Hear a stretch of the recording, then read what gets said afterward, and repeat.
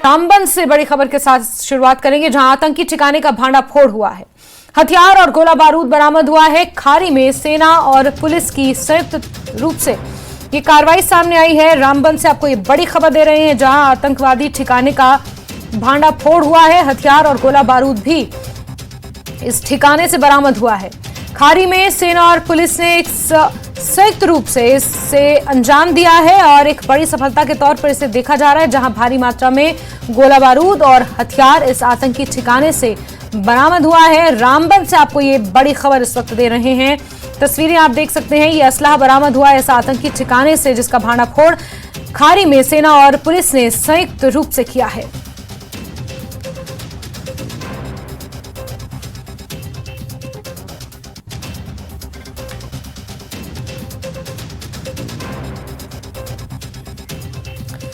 आगे बढ़ते हैं। राजस्थान बीजेपी के पूर्व अध्यक्ष सतीश पुनिया ने सीएए को लेकर झूठ फैलाने के लिए विपक्षी दलों को आड़े हाथों लिया है। जम्मू में न्यूज 18 से एक्सक्लूसिव बातचीत में पुनिया ने कहा कि सीएए किसी भी धर्म के खिलाफ नहीं है, बल्कि उन लोगों के लिए नागरिकता अधिकार सुनिश्चित करने के लिए लागू किया गया है जो अब तक इससे वंचित रहे हैं। मेरे साथ इस वक्त हैं सतीश पूनिया जी। ये प्रेसिडेंट रहे हैं, फॉर्मर प्रेसिडेंट हैं जो राजस्थान बीजेपी के और कदावर नेताओं में शामिल हैं। सर, आप जम्मू का दौरा कर रहे हैं। पहले सवाल जो है, जो इस वक्त हॉट सब्जेक्ट भी है नेशनल वाइज, वो है सीए पे। जिस तरह ममता बनर्जी हैं, केजरीवाल जी हैं और बड़े लोग, उन्होंने अपोजिशन की है और कहा है कि इससे यहाँ पे गुंडागर्दी बढ़ेगी। केजरीवाल जी कहते हैं, ममता बनर्जी कहती है हिंदू मुस्लिम हो जाएगा। अमित शाह जी ने तो आज बयान दिया है, उसके कहा है कि ये सारा आपको लगता है कि भ्रम फैलाने की कोशिश है? मुझे लगता है ये लोग संवेदनाएं खो चुके हैं, क्योंकि सब लोगों ने जो बांग्लादेश में, अफगानिस्तान में, पाकिस्तान में जो हिंदू विस्थापित हैं, भारतवंशी जो विस्थापित हैं, उनकी जो पीड़ा है, उनको पहली बार प्रधानमंत्री नरेंद्र मोदी, अमित शाह जी ने उसको पहचाना और ये तक कहा था कि भले जिंदगी चली जाए लेकिन हम नागरिकता संशोधन कानून लागू करेंगे। ऐसे में ममता बनर्जी हो चाहे केजरीवाल हो, उनके जो बयान हैं एक किस्म से देशद्रोह है कि जिस तरीके की भाषा का इस्तेमाल उन्होंने किया है। मुझे लगता है कि वो लोग आएंगे। बहुत लोग ऐसे थे जो ये कहते थे कि पीढ़ियां गुजर गई, लेकिन हमारी इच्छा है कि हमारी जो अंतिम सांस है, हमारे अपने देश की माटी से हमारी सांसें निकले। तो संवेदनशील फैसला था, व्यवहारिक फैसला था और करोड़ों लोगों के मन की बात थी जो मोदी जी ने, अमित शाह जी ने पूरी की है। हमारी चैनल ने भी किया, नेटवर्क 18 ने, उसमें भी आपका एज दिखा रही है। राजस्थान हो, मध्य प्रदेश हो या यूपी में, आपको लगता है कि जो ये ओपिनियन पोल ये एक्चुअल में ही इसी तरह के रिजल्ट आएंगे? देखिए, देश की जनता तो अपनी ओपिनियन दे चुकी, जनमत दे चुकी। प्रधानमंत्री के रूप में तीसरी बार मोदी जी को निश्चित रूप से भारत की जनता ने पसंद किया है और केवल सियासी तौर पर नहीं, उन्होंने पिछले 10 वर्षों में जो बुनियादी विकास देश में किया है, जनधन के जरिए, उज्ज्वला के जरिए, आवास के जरिए, आयुष्मान के जरिए बदलते हुए भारत को देखा है। घाटी को बदलते देखा, कश्मीर को बदलते देखा, पूर्वोत्तर को बदलते देखा, पूरे भारत को बदलते देखा और इसलिए देश अब स्वाभिमान के साथ खड़ा हुआ, दुनिया में साख बढ़ी है और कोई दो राय नहीं कि मोदी जी की जब तीसरी हैट्रिक होगी तो देश और ज्यादा तरक्की के रास्ते पर चलेगा। लेकिन इनकी जो डिमांड है, रिहेबिलिटेशन की डिमांड रही है और कई और इश्यूज रहे हैं। ये आस लगाए हुए थे, उनके वोटर कार्ड में जो एम फार्म का इशू है उसकी वजह से तो इनकी मांग है रिहेबिलिटेशन की, रिटर्न की, उस पर इतना ठोस काम नहीं हुआ। क्या आपको लगता है कि इस पे ज्यादा अब जो तीसरी टर्म आने वाली है आपकी, तो उसमें ज्यादा होना चाहिए?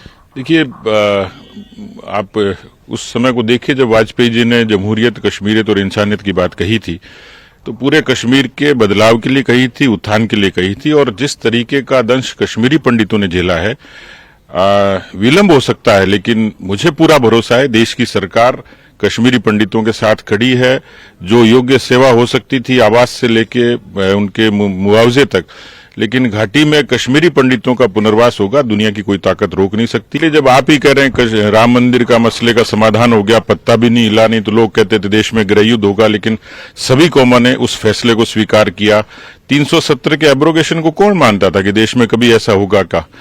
जो समान नागरिकता संशोधन कानून है वो कभी लागू होगा क्या? तो मुझे लगता है कि उसके मुकाबले जब इतने बड़े चैलेंजेस को फेस किया है, उनका समाधान किया है, तो कश्मीरी पंडितों के साथ भारतीय जनता पार्टी, एनडीए, प्रधानमंत्री और पूरी सरकार पूरी पार्टी उनके साथ खड़ी, निश्चित रूप से समाधान होगा। साफ कह रहे हैं कि जो सीए पे भ्रम फैलाने की कोशिश की जा रही है उसमें कोई भी सच्चाई नहीं है।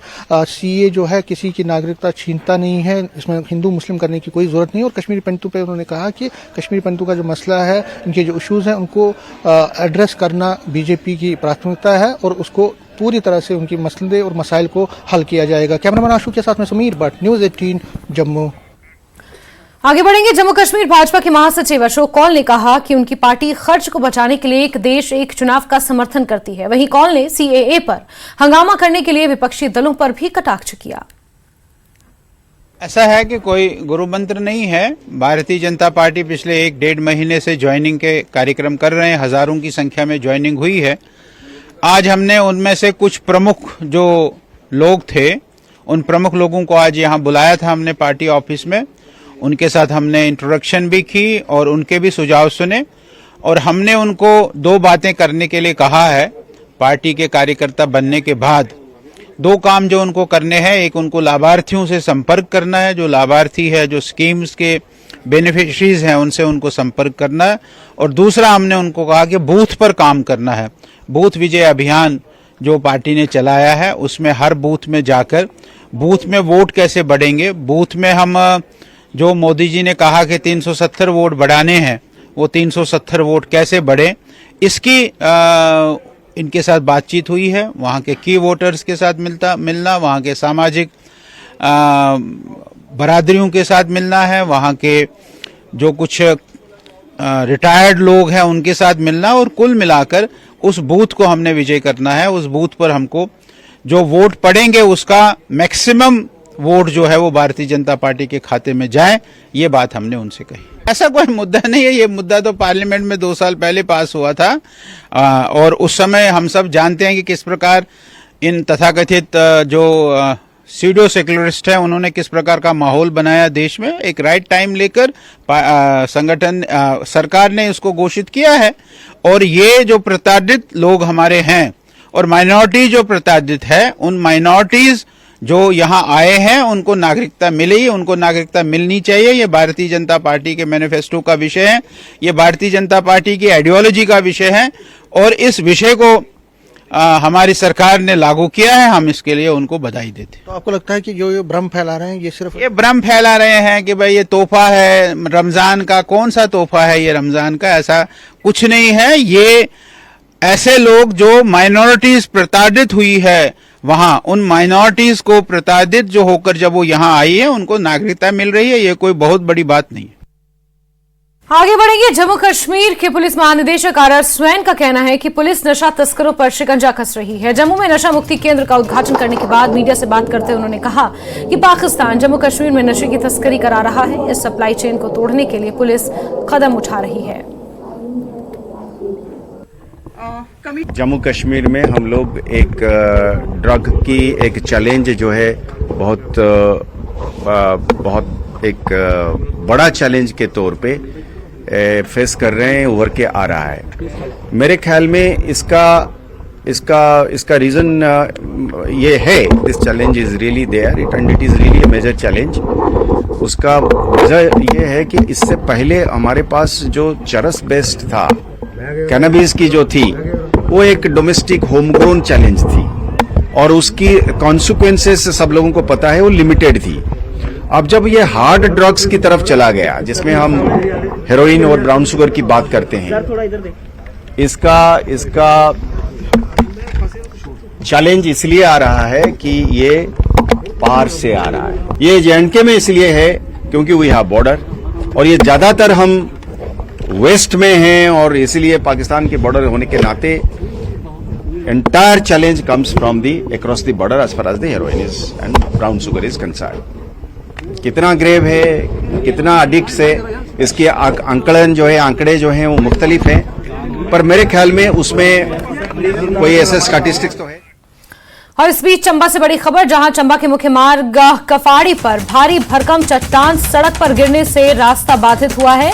स्थानीय लोगों ने लोक निर्माण विभाग को इस घटना की सूचना दी है, जिसके बाद बंद रास्ते को जेसीबी मशीन से खुलवाने का काम शुरू किया गया है। बड़ी खबर चंबा से आपको दे रहे हैं, जहां का मुख्य मार्ग सड़क पर पत्थर गिरने की वजह से अवरुद्ध है। तस्वीरें सामने आई हैं। ये हाल ही का वीडियो है जब ये चट्टान बीचों बीच सड़क पर आ गिरी है और इसकी वजह से यहां पर यातायात अवरुद्ध हुआ है। स्थानीय लोगों ने लोक निर्माण विभाग को इसको सूचित किया इसको लेकर और सड़क से इस चट्टान को हटाने का कार्य किया जा रहा है। गनीमत ये रही कि कोई बड़ा हादसा यहां पर नहीं हुआ। जिस वक्त ये चट्टान सड़क पर गिरी उस वक्त यहां से कोई गाड़ी नहीं गुजर रही थी, जिस वजह से बड़ा हादसा होने से टल गया है।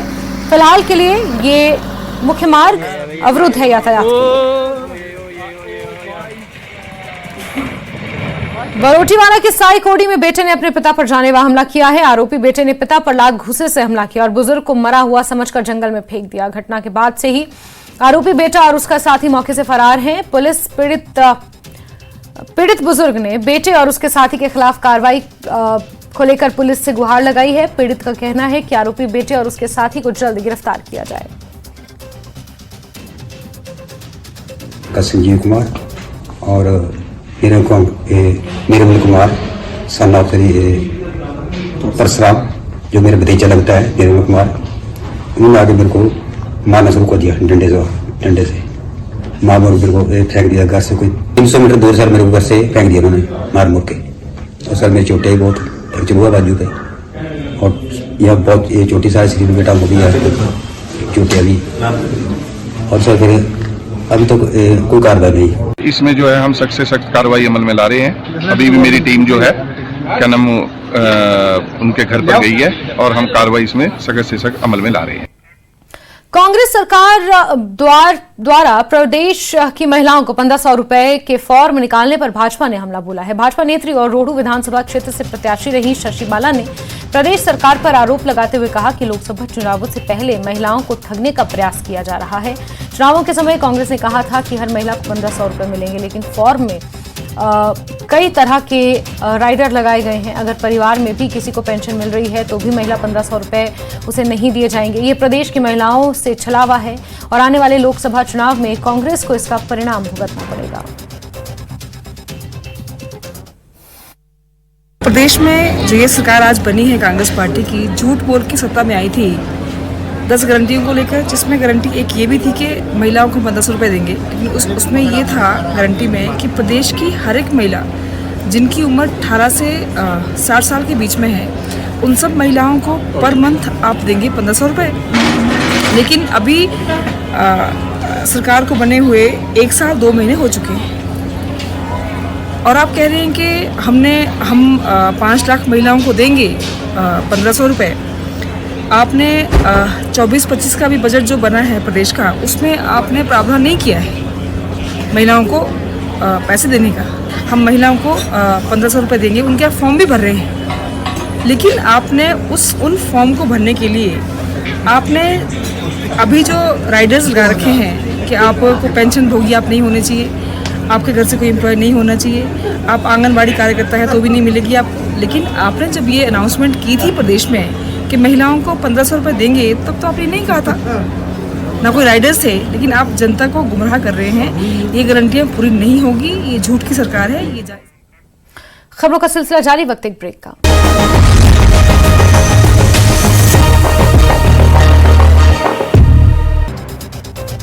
मंडी में 100 साल बाद शिवरात्रि महोत्सव में शामिल हुए देवता खुड्डी जहल संतान प्राप्ति और सभी प्रकार के दुखों को हरने वाले देवता के रूप में है मान्यता। 150 साल पुराने सोने के छत्र के साथ चलते हैं देवता। हाटकोटी कैंची के पास चलती कार में लगी आग। चलती गाड़ी में आग लगने से बाजार में मची अफरा तफरी। स्थानीय लोगों ने पानी और मिट्टी डालकर बुझाई आग। डिप्टी सीएम मुकेश अग्निहोत्री ने हरोली और ऊना में दी करोड़ों की सौगातें। विकास परियोजनाओं के किए उद्घाटन और शिलान्यास। 5 साल का कार्यकाल पूरा करेगी कांग्रेस सरकार का किया दावा। सोलन में प्राकृतिक जल स्रोतों में फैली है गंदगी, स्वच्छता बनाए रखने में निगम फेल। हमीरपुर के टौणी देवी क्षेत्र के 12 पंचायतों में आंत्रशोथ की बीमारी। स्वास्थ्य विभाग घरों में जाकर ले रहा सैंपल। स्वास्थ्य विभाग के प्रयासों से स्थिति पर काबू। हिमाचल क्षेत्र गठबंधन ने की प्रेस कॉन्फ्रेंस। कांगड़ा चंबा संसदीय क्षेत्र के लिए उम्मीदवार की घोषणा।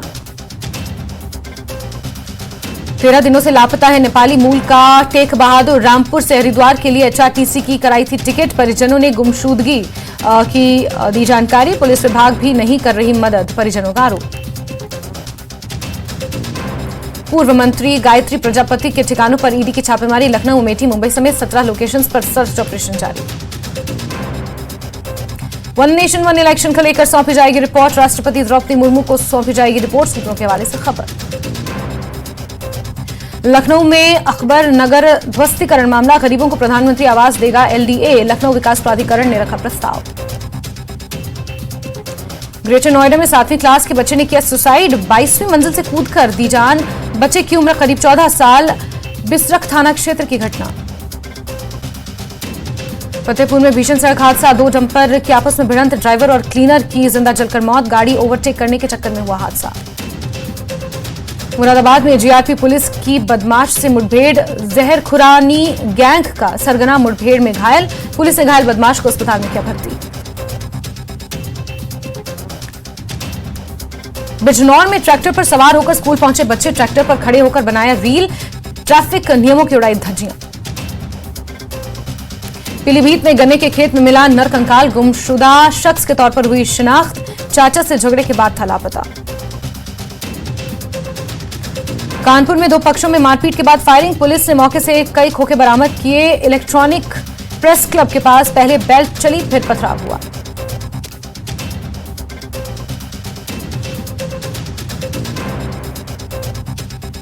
भूख हड़ताल पर बैठे पर्यावरणविद सोनम वांगचुक के अनशन का आज 9वां दिन। लद्दाख को स्पेशल स्टेटस और पूर्व राज्य का दर्जा देने की है मांग। मलेसा के साथ ही ऊपरी और मैदानी इलाकों में हो रही बर्फबारी। मार्च के मध्य में पहली बार बर्फबारी की तस्वीरें। श्रीनगर के लाल चौक इलाके में गुरुद्वारे के पास लगी भीषण आग। 3 दुकानों को पहुंचा नुकसान। आग पर पाया गया काबू। न्यूज 18 के ओपिनियन पोल में बीजेपी की अगुवाई वाले एनडीए को हिमाचल की सभी 4 सीटें मिलने का अनुमान। ओपिनियन पोल में एनडीए को 67% वोट, जबकि इंडी गठबंधन को 27%।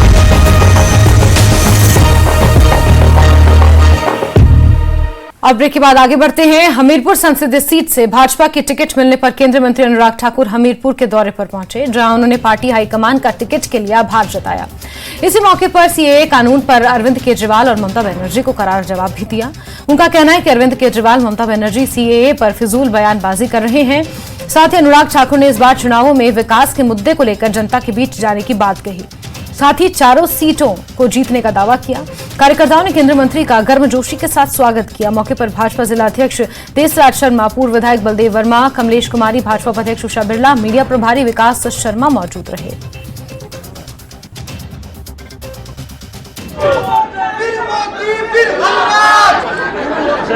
लोकसभा राज्यसभा दोनों ने सीएए को पास किया। अब तो नियम बनकर भी सामने आ गए और ये तो लागू होगा ही। इससे किसी की नागरिकता नहीं जा रही, नागरिकता देने का काम हो रहा है। यानी कि पाकिस्तान, बांग्लादेश या अफगानिस्तान में अगर कोई अल्पसंख्यक उस देश का, यानी कि हिंदू, सिख, ईसाई, बौद्ध, जैन, पारसी, ऐसे किसी के साथ प्रताड़ना होती, पीड़ित महसूस करता है, उसके परिवार को जबरन धर्म बदलने के लिए मजबूर किया जाता है, या फिर उनकी बेटियों के साथ जैसे जबरन ब्याह किए जाते हैं, उन सबको अब हिंदुस्तान में आकर अगर उनको जरूरत कभी पड़े तो एक अवसर उनको मिल रहा है कि वो नागरिकता ले सकते हैं। देश में ऐसे बहुत सारे लोग कई वर्षों से बसे हुए हैं जो शरणार्थी तो हैं लेकिन नागरिकता नहीं है, सुविधाएं का अभाव है। अब उनको नागरिकता भी मिल जाएगी। ऐसे बहुत सारे दलित परिवार हैं, सिख परिवार हैं, बौद्ध है, पारसी, जैन भी हैं, हिंदू भी। ऊना में हिमाचल प्रदेश कांग्रेस कमेटी के उपाध्यक्ष सतपाल रायजादा ने सर्किट हाउस में प्रेस कॉन्फ्रेंस की, जहां उन्होंने हमीरपुर में भाजपा ने घोषित प्रत्याशी अनुराग ठाकुर पर निशाना साधा। उन्होंने कहा, अनुराग ठाकुर जनता के बीच जाकर पिछले 4 कार्यकाल का हिसाब दें और जनता को गुमराह करने का आरोप लगाया। उन्होंने कहा कि आने वाले लोकसभा चुनाव में कांग्रेस की जीत सुनिश्चित है। कि जब हिमाचल प्रदेश में आपदा आई उस वक्त आप कहां गए हुए थे? 4500 करोड़ रुपया सुखविंदर सिंह सुक्खू जी की सरकार ने आपदा के प्रभावित लोगों को दिया, लेकिन आपने दिल्ली से क्यों जो है प्रधानमंत्री से आवाज नहीं उठाई क्यों आपदा में जैसे उत्तराखंड को मदद मिली थी वैसे हिमाचल प्रदेश को नहीं मिली? तो ये हिसाब तो जनता के आगे बीजेपी वालों को देना पड़ेगा और जनता तक हम ये तो वहीं भाजपा ने 5वीं बार हमीरपुर संसदीय क्षेत्र से एक बार फिर केंद्रीय सूचना एवं प्रसारण मंत्री अनुराग ठाकुर पर भरोसा जताते हुए उन्हें अपने उम्मीदवार के तौर पर मैदान में उतारा है। अनुराग ठाकुर ने इसको लेकर केंद्रीय नेतृत्व का आभार भी जताया है। उम्मीदवारी की घोषणा होते ही अनुराग ठाकुर अपने संसदीय क्षेत्र के लिए रवाना हुए, जहां गगल एयरपोर्ट पर जोरों शोरों से उनका स्वागत हुआ। प्रदेश की चारों सीटों पर भाजपा ही काबिज होगी और दिल्ली में 400 पार के साथ सरकार बनाने का दावा भी अनुराग ठाकुर ने किया।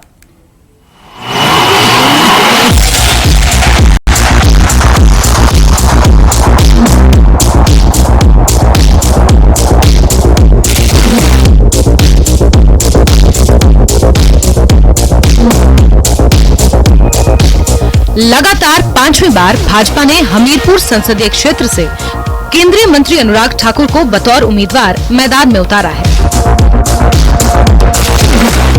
इस घोषणा के बाद अनुराग ठाकुर तुरंत अपने कार्यक्षेत्र के लिए रवाना हुए और प्रधानमंत्री के साथ साथ केंद्रीय नेतृत्व का आभार जताया। साथ ही उन्होंने कांग्रेस पर तंज कसते हुए कहा कि आज कांग्रेस पूरे देश में तितर बितर हो चुकी है। उनके पास ना कोई नेता है और ना ही नीयत। वो टुकड़ों में बटे हुए हैं, इसीलिए टुकड़े टुकड़े गैंग का समर्थन हासिल करना चाहते हैं। इतना ही नहीं, अनुराग ठाकुर ने कांग्रेस पर धर्म, जाति और संप्रदाय के नाम पर देश को बांटने का भी आरोप लगाया और कहा कि देश में सिर्फ एक ही गारंटी चल रही है, जो है प्रधानमंत्री नरेंद्र मोदी की गारंटी। पर तो आप भाजपा ने जो है वो एक बार फिर से विश्वास जताया, आप कैसा महसूस कर रहे हैं? जाहिर सी बात है सर, खुशी महसूस कर रहे हैं, लेकिन फिर भी हम आपसे जानना चाह रहे हैं। मैं सबसे पहले तो आभार प्रकट करता हूं माननीय प्रधानमंत्री जी का, माननीय गृह मंत्री जी का, माननीय राष्ट्रीय अध्यक्ष जी का, जिन्होंने और सारे भारतीय जनता पार्टी के केंद्र और प्रदेश के नेतृत्व का, जिन्होंने एक बार फिर विश्वास दिलाया है और फिर चुनाव लड़ने का अवसर दिया है। हम प्रयास करेंगे कि मोदी सरकार की उपलब्धियां घर घर तक पहुंचाएंगे और जो करोड़ों लोगों को मोदी सरकार का लाभ मिला है और देश का चहुमुखी विकास हुआ है, उसको जन जन तक लेकर जाएंगे और एक रिकॉर्ड जीत दर्ज करके हिमाचल की चारों सीटें मोदी जी की झोली में डालेंगे और फिर एक बार 400 पार नरेंद्र मोदी जी की सरकार बनाकर दिखाएंगे। हाल ही में हिमाचल राज्यसभा चुनाव में जो कुछ भी हुआ, उस पर तंज कसते हुए अनुराग ठाकुर ने कहा कि आज मौजूदा सरकार से जनता ही नहीं, उनके खुद के नेता भी परेशान हैं। इसीलिए उन्हें छोड़ कर जा रहे हैं। कांग्रेस हर मोर्चे पर विफल साबित हुई है। पिछले 15 महीनों से हिमाचल की जनता अपने आप को ठगा हुआ महसूस कर रही है। इनके विधायक जनता के बीच में जा नहीं पा रहे और इनके विधायकों ने ही इनको छोड़कर ये दिखाया कि इस सरकार पर केवल जनता का ही नहीं, कांग्रेस के नेताओं का भी विश्वास उठ चुका है।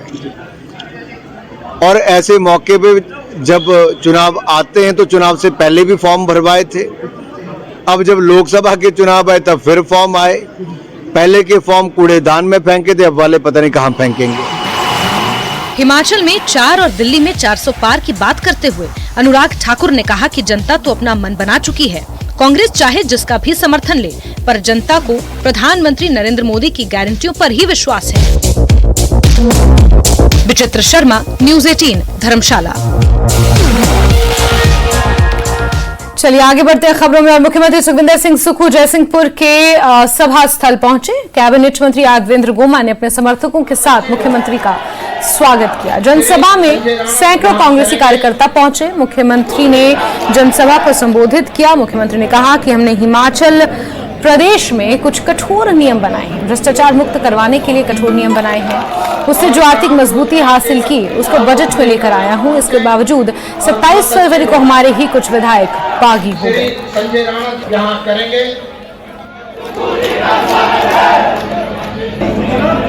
15 महीने पहले जब मैंने मुख्यमंत्री पद की शपथ ली, ऐतिहासिक रिज मैदान पर हजारों लोगों की भीड़ उमड़ पड़ी। जब मैं उस भीड़ के समक्ष शपथ ग्रहण करने के बाद जनता को रिज के ऐतिहासिक मैदान में देख रहा था तो मैंने पाया कि इस आम जनता जो मेरे शपथ ग्रहण समारोह में 24 घंटे के भीतर इकट्ठी हुई है, उनके मन में कुछ आशाएं हैं, उनके मन में कुछ सोच है और इन आशाओं को पूरा करने का दायित्व मुख्यमंत्री बनने के बाद मेरे कंधों पर आन पड़ा। धीरे धीरे मैं योजनाओं को आकार देने लगा और सबसे बड़ी चुनौती हमारे पास आर्थिक तंगी के रूप में आई। हमारे पास पैसे की कमी थी, बदहाल आर्थिक स्थिति थी। प्रदेश कैसे अपने पांव पर खड़ा हो और कैसे इस कर्जे से मुक्ति मिले। जब मैंने सरकार संभाली। और इसी के साथ प्राइम नून @ 3 में अभी के लिए बस इतना ही, लेकिन न्यूज़ 18 के अलर्ट पर खबरों का सिलसिला जारी है। बने रहिए हमारे साथ। नमस्कार।